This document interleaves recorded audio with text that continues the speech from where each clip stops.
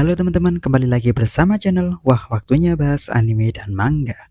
Di video kali ini, gue akan membahas kelanjutan dari chapter ke-79 Boruto kemarin ini ya. Khususnya tentang akhir-akhir cerita, di mana akhirnya kita tahu apa sih sebenarnya rahasia dari kekuatan Eida selama ini. Yang mana Momoshiki sempat bilang kan ya, kalau kekuatan pemikat dari Eida itu bukanlah Shinjutsu seperti yang Amado katakan. Lalu kekuatan apakah itu? Langsung aja kita bahas ya. Check it out. Ya, akhirnya di sini Momoshiki langsung menjelaskan dengan cuma-cuma kepada Boruto sebagai wadahnya ya, tentang rahasia kekuatan dari Eida yang sebenarnya. Seperti yang sudah dijelaskan di awal, ini bukanlah Shinjutsu. Karena Momoshiki itu tahu semua jenis Shinjutsu yang pernah ada. Ya mungkin dulu dia pernah riset atau apalah. Yang jelas di sini Momoshiki mengatakan kalau kekuatan pemikat Eida itu adalah efek dari kekuatan Eida yang sebenarnya, yakni omnipotence atau kekuatan maha kuasa yang dimiliki oleh Dewa Otsutsuki. Lalu kekuatan apakah itu? Intinya itu adalah kekuatan untuk mematerialisasikan atau menciptakan sesuatu dari keinginan orang tersebut. Yang artinya, jika seseorang memiliki suatu keinginan yang sangat ingin dia wujudkan, maka dengan kekuatan omnipotence ini akan segera terwujud. Nah, dari kekuatan pemikat Eida ini itu sama ya. Eida memiliki keinginan agar dirinya bisa dicintai. Sehingga omnipotence dari Dewa Otsutsuki yang ada pada Eida ini aktif dan terciptalah kekuatan Eida untuk memikat semua orang agar cinta kepadanya. Hal ini sama ketika Eida bicara dengan Kawaki ini ya. Kawaki menjelaskan keinginan terpendamnya selama ini, yakni tentang keiriannya kepada Boruto yang selalu menjalani hidup dengan bahagia, padahal di dalam diri Boruto terdapat Momoshiki. Apapun yang dilakukan Boruto tidak akan pernah membuat dirinya dihukum, dibenci, dan dibunuh oleh warga Konoha. Makanya, keinginan Kawaki ini pun akhirnya memicu kekuatan omnipotence yang ada pada Eida untuk aktif juga. Dan tada, memori dan ingatan semua orang menjadi terbalik sekarang.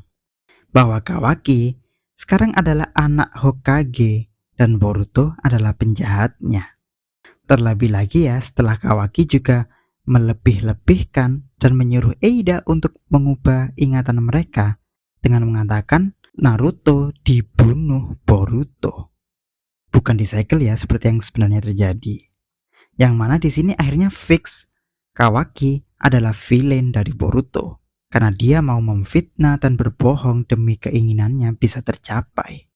Kalau aja dia tidak menambahkan kata-kata ini, mungkin kita masih bisa menganggap dia hanyalah orang yang menderita, orang yang salah paham gitu ya. Tapi sekarang semua sudah sangat jelas. Oke, lalu sekarang yang jadi pertanyaannya adalah kenapa Sarada bisa tidak terdampak kekuatan dari Eida ini? Seperti yang dikatakan Momoshiki ini ya, anak Uchiha ini juga tidak bisa terdampak kekuatan ini karena suatu alasan. Momoshiki juga belum paham ya, kenapa bisa terjadi. Nah, kalau gitu ini gue jelasin teori dari gue ya. Coba kita flashback dulu di chapter-chapter sebelumnya.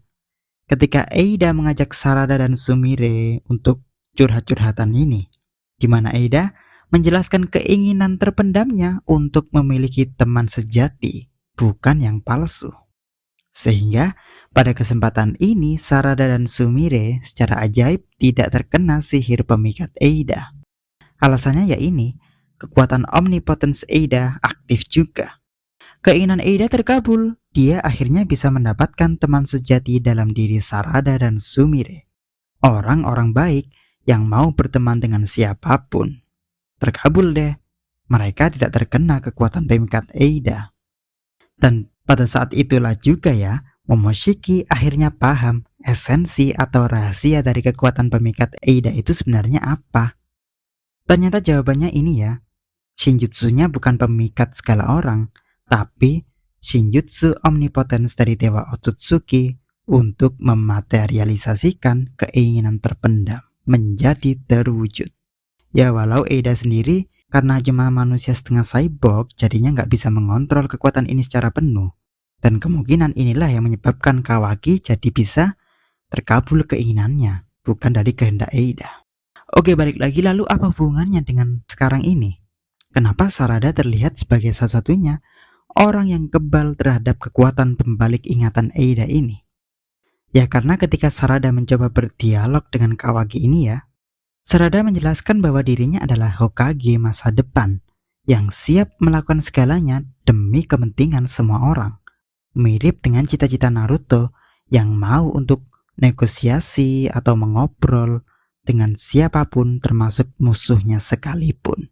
Sehingga di sini Sarada tidak memiliki keinginan ya untuk membunuh Kawaki pada saat itu.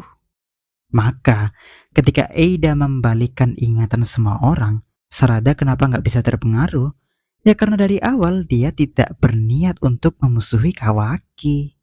Sedangkan orang lain ini kan semuanya pada ingin Kawaki ditangkap, dibunuh, dan segala macam kan ya. Yang mana karena sekarang Kawaki adalah Boruto dan Boruto adalah Kawaki, mereka mengalihkan keinginan mereka untuk menangkap dan membunuh Boruto. Karena keinginan Kawaki adalah orang-orang yang membencinya menjadi temannya. Paham nggak teman-teman maksud gue? Setuju? Atau jika kalau bukan teori yang ini ya, kita kembali lagi ya ke teori awal gue di video ini. Yang bisa kalian lihat ya lebih lengkapnya tentang garis keturunan Sarada dan cinta Sarada kepada Boruto. Sehingga kalau kita mengikuti teori yang satu ini, maka seharusnya Sasuke juga tidak akan terkena pembalik ingatan Eida ini. Atau setidaknya terkena sebagian deh. Kenapa gue bisa bilang begitu? Ingat ketika Shikamaru tiba-tiba malah melaporkan lokasi Boruto kepada semua orang ya. Sasuke terlihat seperti berhenti sejenak dan agak bingung gitu dari ekspresinya mendengar omongan Shikamaru ini. Kenapa? Ya menurut gue dia merasa aneh gitu. Mirip Sarada. Kenapa kok malah lokasi Boruto yang disebarkan? Iya enggak teman-teman? Dan ketika panel ini muncul ya, coba perhatikan sorotan Amado ini ke siapa? Sasuke kan ya? Kenapa Amado satu-satunya yang gak melihat ke arah Boruto dan malah melihat ke samping? Yang sepertinya Amado menemukan ada hal yang janggal terhadap Sasuke. Ya selain karena Sasuke ingatannya tidak berubah dan Sasuke cuma berpura-pura ikut semua orang ini agar gak ada yang curiga. Tapi di lain sisi Amado juga tidak berubah ingatannya ya, karena alasan yang sama. Boruto sama sekali tidak ada tanda-tanda kalau Boruto adalah eksperimennya. Jadinya dia mungkin langsung sadar, kemudian berpura-pura biar nggak ada yang tahu. Makanya ketika dia lihat Sasuke bertingkah aneh, dia pun langsung paham. Alias kalau sama-sama pura-pura kan pasti saling paham kan ya? Hehe. Dan tentunya setelah ini, kunci untuk membalikkan keadaan ini dan meyakinkan Sasuke 100% bahwa Boruto tidak bersalah adalah ikat kepala dari Sasuke ini. Ya karena ingat, Eida hanya mengganti ingatan orang-orang dari aliran cakra mereka. Sehingga benda-benda atau hal-hal yang secara fisik ada sebelumnya tidak akan diganti. Contohnya nih ya, seperti di awal, para Jonin Konoha yang udah terbalik ingatannya bertanya kepada Kawaki, di mana bekas luka di mata Kawaki. Maksudnya ya kan anak Naruto yang harusnya matanya terluka. Tapi kenapa Kawaki nggak terluka? Kenapa luka itu tidak ikut terbawa di Kawaki? Kenapa tetap di Boruto? Nah, hal yang sama juga kepada ikat kepala ini. Sasuke pasti tahu bahwa yang ia jadikan murid dan yang ia beri ikat kepala adalah Boruto. Maka, menurut Sasuke pasti anak dari Naruto adalah Boruto, bukan Kawaki. Harusnya ia paham itu. Misalnya Sasuke tiba-tiba bilang, "Ayo Kawaki, keluarkan rasa ingin menghilangmu. Ayo kita hajar Boruto." Nah, Kawaki pasti langsung bakal plonga-plongo kan ya. Hehehe. Ya enggak teman-teman? Apalagi ini ya, karena kunci dari kekuatan pembalik ingatan ini ada pada aliran cakra yang dirubah. Maka dengan sangat mudah, harusnya pemilik Sharingan bisa lepas dari kekuatan yang mirip Genjutsu ini kan ya. Karena kalau punya Sharingan, hampir otomatis bakal tahu ada perubahan pada aliran cakra, khususnya akibat dari Genjutsu yang sama-sama menyerang pada aliran cakra seseorang. Maka tidak lama, pasti Sasuke bakal sadar juga ya tentang apa yang terjadi ini. Apalagi kalau Sarada yang jelasin ini semua ke Sasuke, pasti Sasuke lah satu-satunya mengerti Sarada. Karena kalau bukan Sasuke, siapa lagi coba? Ya nggak? Gimana menurut kalian teman-teman? Apa ada teori lain dari kalian tentang apa yang terjadi setelah ini? Komen di bawah ya. Oke, cukup sampai di sini pembahasan videonya ya. Jangan lupa like dan subscribe, serta klik lonceng biar nggak ketinggalan video-video berikutnya. Karena di channel ini masih akan banyak membahas tentang Boruto maupun anime dan manga lainnya. Jadi, stay tune ya. Terima kasih. Salam WWBA.